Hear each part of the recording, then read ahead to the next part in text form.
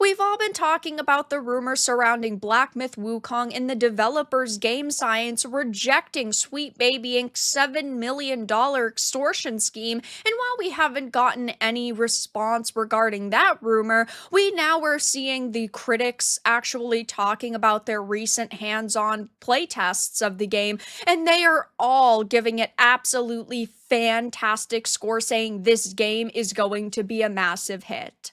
I have a few things to show off, but if you enjoy the content I create, follow me on social media, join the community in my live streams, and consider supporting through Patreon or YouTube memberships. Now, I've made a couple of videos on this rumor. Of course, take it with a grain of salt, but judging by the way that we have seen the media respond, specifically people over at IGN and them doubling and tripling down on their accusations levied towards game science, like sexism and harassment and just being generally vulgar people, there has not been an exact response from the Wukong developers regarding any of the social media talk. But what has been happening are the hands-on previews. And while I usually don't take these too seriously, simply because I like to play games myself and consume content myself, like I will be streaming this at launch and be giving you guys my genuine opinions,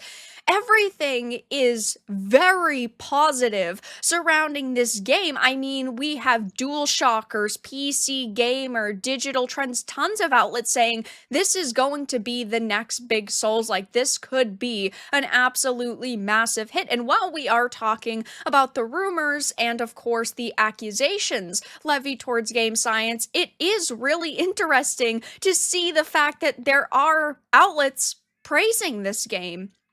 It says, though, starting with this one from DualShockers, a vibrant Eastern myth-inspired world with engaging enemy designs await in Black Myth Wukong. The game boasts challenging bosses and a deep combat system without relying on parrying. I personally don't mind parrying systems in Souls-likes. Now, I personally usually don't go for parry builds. I'm like a Faith, Arcane, intelligence build type of girl. I really like my magic, but at the same time, I don't mind having like in-depth parrying systems or bosses that rely on parrying in order to defeat. I know Stellar Blade really relied on it, and I absolutely love that game. But it says more Sekiro than Dark Souls, Black Myth Wukong offers a unique talent tree system in linear exploration. Now, I understand because it's a Souls, like it is going to be compared to other Souls games. I personally don't like that mentality simply because there are just so many action RPGs that release now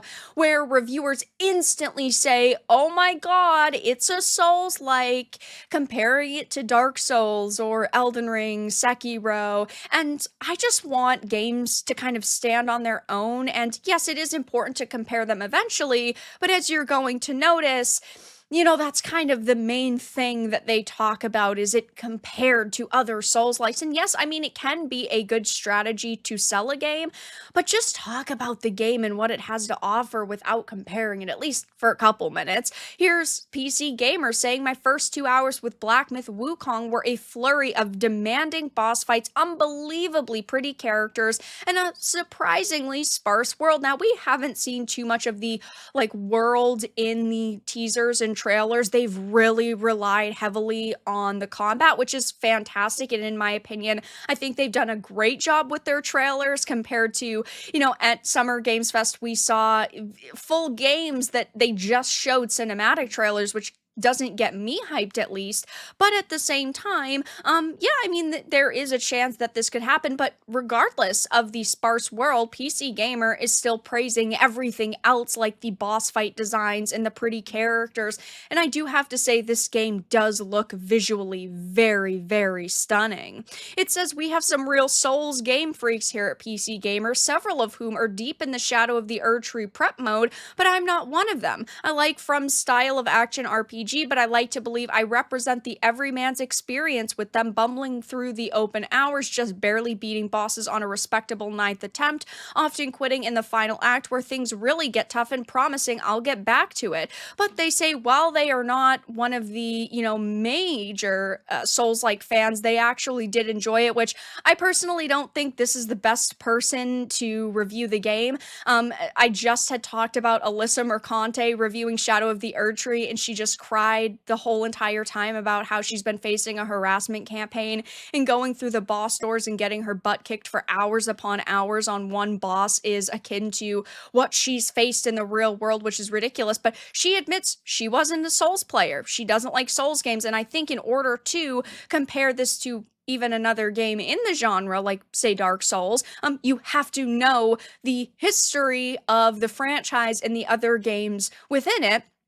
So maybe not the best reviewer, but at the same time, they're still saying that they really, really enjoyed it and it was a fun experience. Then we have Digital Trends saying Black Myth Wukong is a perfect chaser for Stellar Blade fans. I really did enjoy Stellar Blade, and I know so many other people did as well. The skill tree was pretty standard. The combat was also pretty standard, but you had really cool, unique abilities that set it apart from other games. And then, of course, the world was really nice. The designs were really amazing. The music was fantastic. And overall, it was a great experience. So seeing these just gets me even more freaking hyped for this game's release after seeing all of these articles come out. I mean, they're talking about it being this snappy, quick RPG. It says that makes for a happy medium between subgenres that'll resonate with players who want more games like this year's Stellar Blade. They say that it's fast and furious, that while it is mostly linear at the start, it has a few branching paths that lead to secrets. They get the basics of combat down pretty quickly when they find some weak enemies and thwack them with the staff. I mean, they talk about light attacks, letting them pepper foes with lots of little hits in rapid succession. They also say, I get the sense that the developer always wants players to stay on the attack rather than hiding and hitting enemies with a safe poke here and there. That flow is reinforced by the fact that there's no block or parry system here. I can roll to evade attacks, and the window for dodging seems generous, but that's all I have for defense. And I do think that this is going to be a rather difficult game because it doesn't have a parry or a block system. I think it's going to definitely take a lot of time to get used to, especially if you're someone who typically plays like more squishy builds and you're just kind of a glass cannon. It doesn't seem like that's really going to be this type of game, which is fine in my opinion. The developers had a clear vision and they obviously went with it. And they say, even though they only had 90 minutes with the game, they got a taste of the depth and they were really happy with what they played. So while you have some, reviewers saying that, oh, this game is controversial because the, devs have made vulgar comments in the past, you also have other reviewers and other outlets saying this game is simply a really great game, at least from what I played. So it will be interesting to see how the narrative kind of shifts for these, outlets like IGN that have previously trashed this game simply because they wanted another target, and Black Myth Wukong is the target. We had Hogwarts Legacy, of course, we have now Stellar Blade, Black Myth Wukong is the next in line, and it has already been facing attacks, but this is a title I personally, and I know so many other people are extremely excited for. There is a reason why it is the #1 pre-ordered game on Steam right now, and it really seems like it deserves it. So I will be keeping my eye on upcoming teasers and trailers and how the media responds to this game and covers this game now that they know it's not just a massive pile of trash, and the fact that it does seemingly deserve the #1 most wishlisted game on Steam spot. But that's all that I really had to discuss in this video. Let everyone know your thoughts in the comments down below. If you enjoyed this, give it a like, and if you didn't, give it a dislike. I appreciate your support either way, but I will talk to you all again in the next video really soon.